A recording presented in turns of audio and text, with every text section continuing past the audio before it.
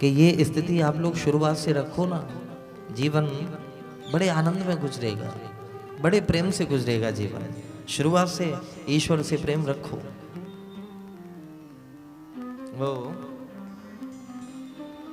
श्री विहर जी तुम जानो, आहा, एक गांव था और उस गांव में एक बड़ा संपन्न परिवार था।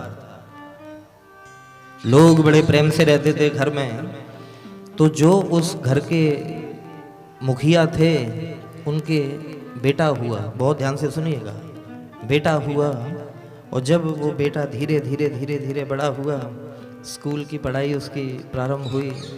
स्कूल से जब 10th 12th उसने किया और जैसे ही वो कॉलेज में गया तो घर वालों ने देखा कि ये पूर्णतया नास्तिक होता जा रहा है।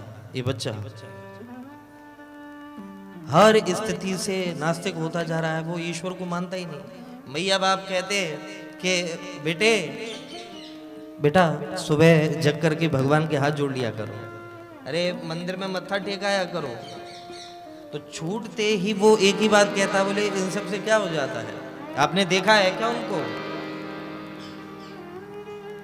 कहाँ है बताओ, मैं प्रणाम करूंगा, मैं मत्था टेकूंगा। मैया बाप खूब समझाते, बोले बेटे वो दिखते नहीं हैं लेकिन वो हैं, वो दिखते नहीं हैं लेकिन वो हैं। पिताश्री सज्जनों बुजुर्ग हो गए लेकिन उसने पिताजी की बात कभी मानी नहीं। आजकल बड़े बड़े जो कॉलेजेस, यूनिवर्सिटियां, स्कूल, उनमें जितने भी बच्चे प्राय पढ़ रहे हैं 70-80% वो लोग नास्तिक हो जाते हैं। क्योंकि आजकल पढ़ाई कुछ ऐसी पढ़ाई जा रही है, धर्म से बिल्कुल दूर किया जा रहा है, बिल्कुल दूर किया जा रहा है। मेरे भाई बहन, धीरे धीरे धीरे धीरे वो बालक बड़ा हुआ और दिन प्रतिदिन परम नास्तिक होता गया। बिल्कुल ईश्वरीय सत्ता को इग्नोर करने लगा, बिल्कुल इग्नोर करने लगा। एक दिन की घटना मेरे भाई, पिताश्री बुजुर्ग हुए लेकिन उस बच्चे को बड़ा होता हुआ देख तो रहे थे, लेकिन मन में अपार दुख था कि मेरे जीते जी मैं अपने बच्चे में संस्कार नहीं डाल पाया, मैं अपने बच्चे में ईश्वरीय सत्ता का आधान न कर पाया। ये दुख मेरे जीवन में हमेशा रहेगा। एक दिन की घटना, पिताश्री अत्यंत बीमार हुए और उसी समय उन्होंने अपने बेटे को बुलाया, बेटे इधर आओ। जी पिताजी। अरे पिताजी आपकी तो तबीयत खराब है। बोले बेटा क्या पता शरीर कब तक चले, क्या पता कि ये शरीर कब तक चले। ये लिफाफा मैंने तुम्हारे लिए रखा हुआ है, लो संभालो इसको। और ये कह करके लिफाफा दे दिया। बच्चा उसको खोलने लगा तो पिताजी ने कहा नहीं नहीं बेटे अभी नहीं खोलना। क्यों? हा। पिता ने कहा मेरे बेटे अभी इस लिफाफे को मत खोलना, इस लिफाफे को तुम तब खोलना जब तुम्हारे जीवन में सबसे ज्यादा, सबसे भयानक कोई विपत्ति आ जाए, कोई परेशानी इतनी बड़ी आ जाए, भगवान न करे कि आए, लेकिन यदि ऐसा कोई मोड़ आपके जीवन में आवे, बेटे उस दिन इस लिफाफे को खोलना, तुम्हें बड़ी मदद मिलेगी, मेरा आशीर्वाद है, तुम्हें बड़ी मदद मिलेगी। और ये कहते कहते पिताश्री चले गए, दम निकल गया। बहुत रोया, अपने माँ बाप को बहुत प्रेम करता था वो बच्चा, बहुत रोया।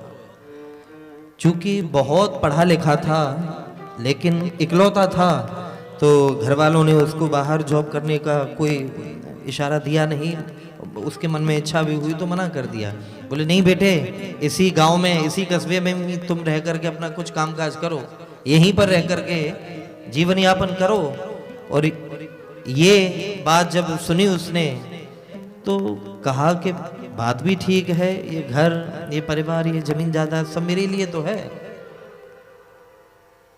यहीं रह करके मैं अपना काम करूंगा। और मालिक उसी गांव में जो कस्बा जैसा था उसी गांव में उसने सज्जनों एक मेडिकल की दुकान डाल दी, दवाइयों की उसने दुकान डाल ली उसी में।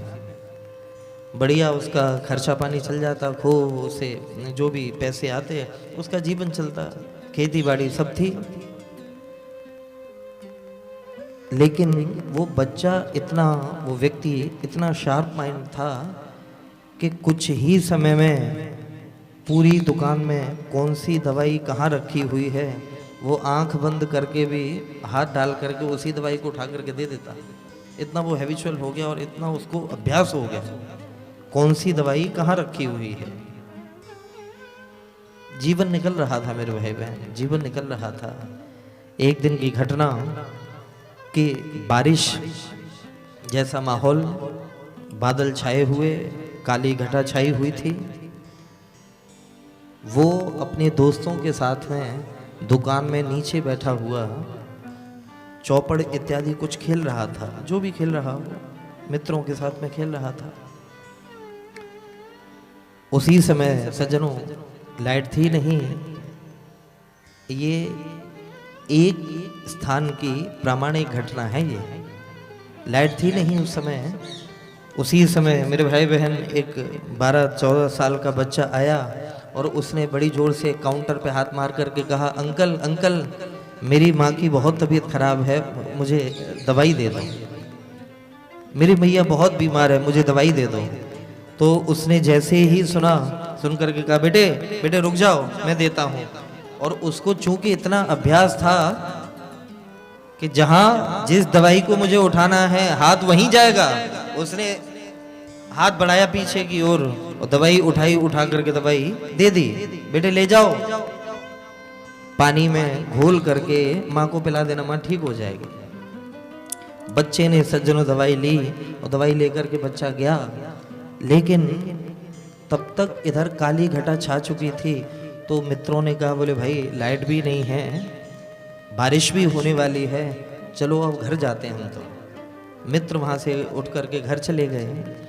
और ये जो दुकानदार था, ये जो लड़का था, वो खड़ा हुआ और अपनी सीट पर बैठा।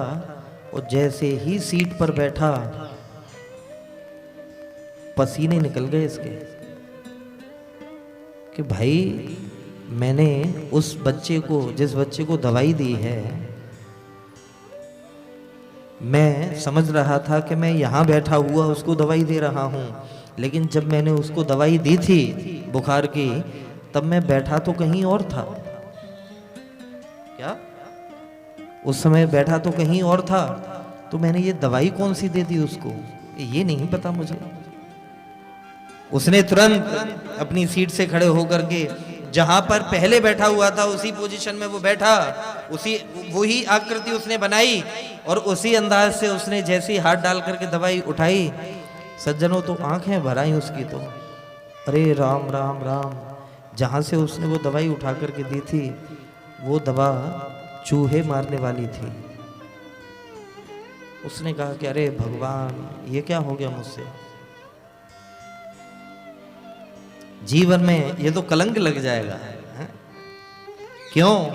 क्योंकि जैसे ही वो औरत घर पे उस दवाई को पिएगी, थोड़ी देर में उसकी स्थिति गड़बड़ाएगी। दवाई कहाँ से आई? फला मेडिकल से, तो केस लग जाएगा, कलंक लग गया। ये तो इतना दुखी हो गया, इतना दुखी, दौड़ करके उस ठंडे मौसम में भी पसीने दे रहा, दौड़ करके वो बाहर निकला। और बाहर निकल करके गली में देखने लगा, तब तक झमाझम बारिश हो रही थी। चारों ओर देख करके वो तो हैरान हो गया कि वो ना तो उसको ये पता कि वो बच्चा किसका था, और ना ही साहब ये पता कि वो गया किधर, ना उसका गली मोहल्ला, कुछ भी नहीं पता।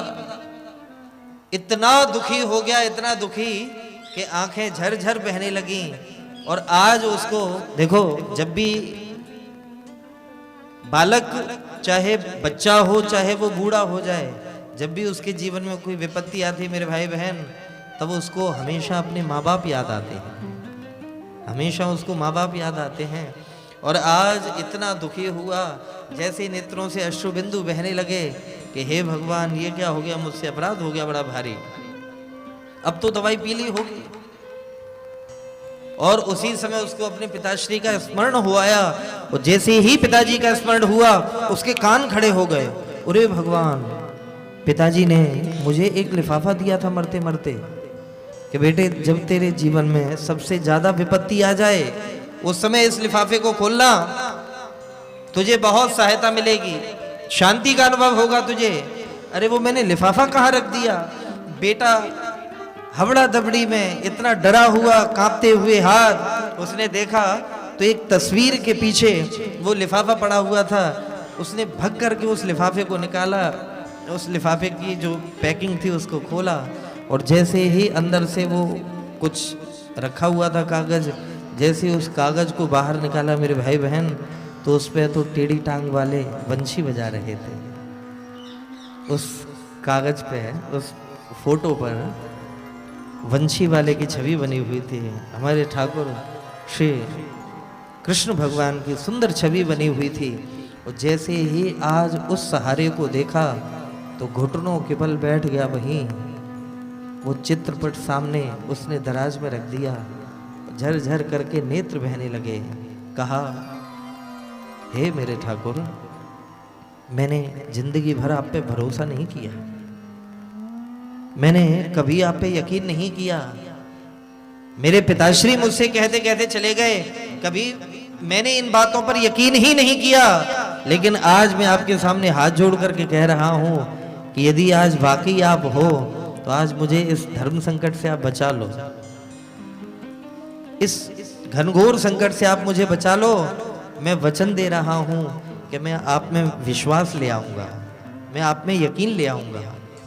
और इतना कह करके सज्जन उसने मत्था जमीन पर रख दिया और रोने लगा फूट फूट करके कि नहीं तो आज जीवन में कलंक लग जाएगा, मेरे ऊपर कलंक लग जाएगा। और इतना मेरे भाई बहन कहना था, ये कैसी लीला मेरे गोविंद की, मेरे ठाकुर की कैसी लीला, कि उसी समय वही बच्चा दौड़ा दौड़ा चला आ रहा है, दौड़ा दौड़ा वही बच्चा चला आ रहा है। उसने दराज खटखटाई, उसको जो काउंटर था उसको खटखटाया, बोले अंकल अंकल। वो व्यक्ति खड़ा हुआ दौड़ करके, अरे बेटा तुम। उसको लगा कि दवाई पी ली और उसकी माँ चली गई। रोए खड़े हो गए उसके, बोले हाँ बेटे क्या हुआ, क्या हुआ बेटे बताओ। तो उस बच्चे ने हाथ जोड़ करके कहा, अंकल नाराज मत होना, मैं माँ के लिए जो दवाई ले गया था, अभी थोड़ी देर पहले मुझे ठोकर लगी और मैं गिर पड़ा, वो शीशी पत्थर पर पड़ करके टूट गई, सारी दवाई पानी में बह गई, मेरी मैया तक दवाई नहीं पहुंच पाई, आप मुझे दोबारा से दवाई दे दो, मैं कल आकर के आपको पैसे दे जाऊंगा।